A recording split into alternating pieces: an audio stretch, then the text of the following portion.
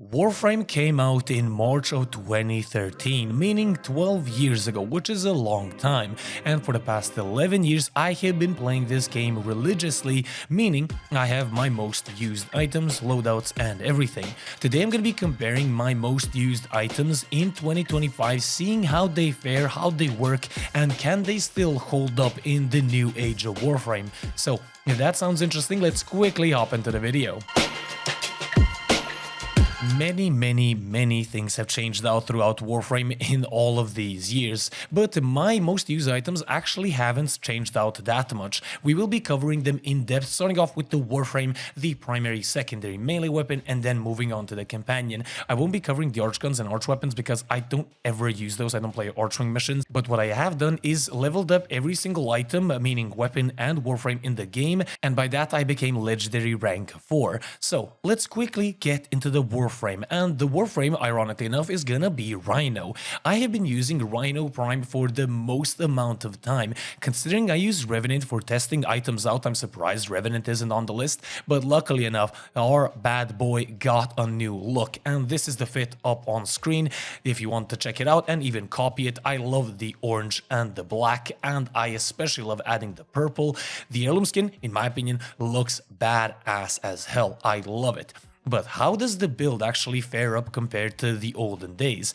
This Warframe has become insanely good. I actually have a full video on him, you can check it up in the little eye up there, and the build up on screen is this one right here. I'm primarily focusing on getting as much iron skin as possible because you're going to be buffing up your weapons damage with his roar, and the weapons of choice are quite interesting to say the least. The Warframe in and of itself is holding up tremendously good. Rhino is just an amazing tanking Warframe. I would even call him a better tank than Revenant, because when you gain around 800, 900, even millions of iron skin, you literally do not have to reset it for the longest amount of time.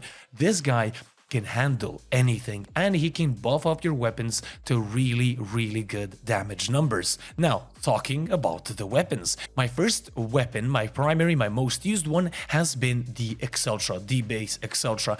I love this weapon. The insane fire rate, the good stats, the explosive nature of it, or I guess the AoE nature of it, makes it really good. Is it good in 2025 though? Well, the build is up on screen right now. I still use viral, I still use hunter munitions. I find no use in using the magnetic or radiation mods. They don't help me out in any way because Overguard pretty much gets destroyed by this weapon. The damage output of this weapon, non-buffed with roar, is not the best thing in the world. We do have the Acceltra Prime. I decided not to use it because it's, well, not my most used primary, but it is much better than this one. Nonetheless, the Acceltra is still a really good weapon. I wouldn't take it personally into Steel Path without any sort of buffs from a Warframe, but as a weapon, it is actually pretty decent, and I do love myself the Acceltra. I guess that's why I used it the most. The secondary of choice is actually, I'm not surprised at this one, it is the Epitaph. The Epitaph, in my opinion, is the quickest and also the best primer in the game. This is the base Epitaph, this is the weapon that I've used mostly,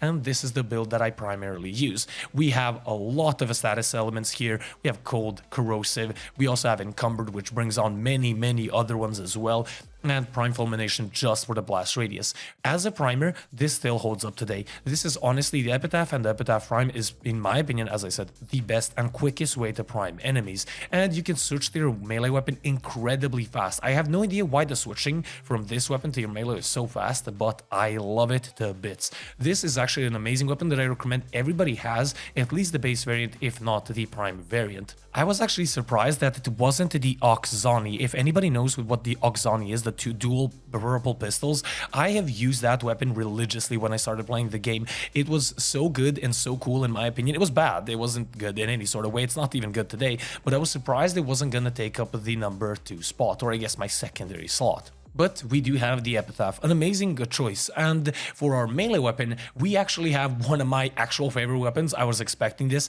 the Kronen Prime. Ever since I got this weapon, I have been using this weapon religiously over and over and over again. This weapon at one point in Warframe was so incredibly good. This is the build that I use up on screen. This is the updated build with all of the galvanized mods that I could put on here. You probably don't need reflex, but these are my builds anyway, so you can use them. You don't have to, it's not necessary. And we do use melee doty, which gives us an increased critical chance. This actually buffs up my critical chance even more, even though my puncture is not that high.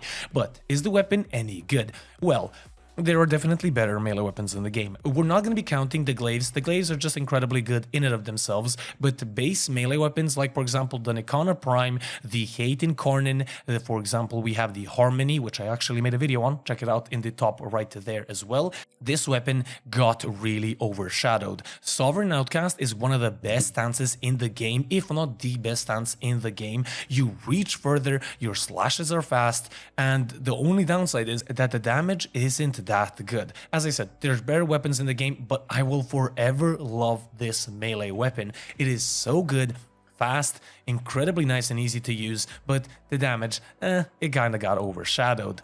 And now, the most important thing nowadays, it is the companion of choice.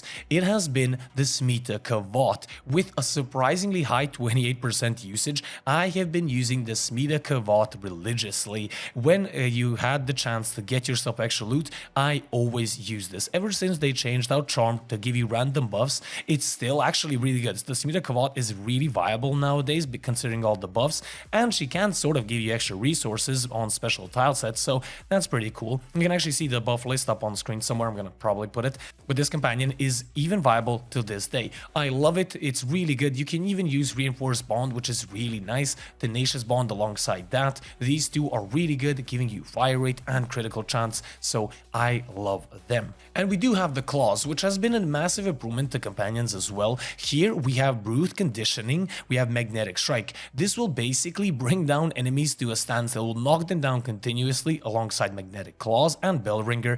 It is so good. We have Magnetic, Radiation, Electricity, and just as a companion, it is really good. She does die a lot and fall down a lot compared to some other companions, but I'm surprised by how well she holds up in 2025. And that is my most used loadout. I know Warframe came out with the most used items of Warframe 2024. I didn't really want to go in that direction. I really wanted to go back to the past and check out what were my most used items. I'm really interested in what you guys have as your most used loadouts, so please put them in the comment section down below. I really want to see that. Is your build still gonna hold up in 2025, or does it need some changes? Nonetheless, this was your lovely host, the Gaming Weasel. I love this video, it's sort of like a big passion project, so I hope you guys enjoyed it too. Leave a like, a comment, and also do subscribe for more content. You can become a member to support me directly, it always helps out.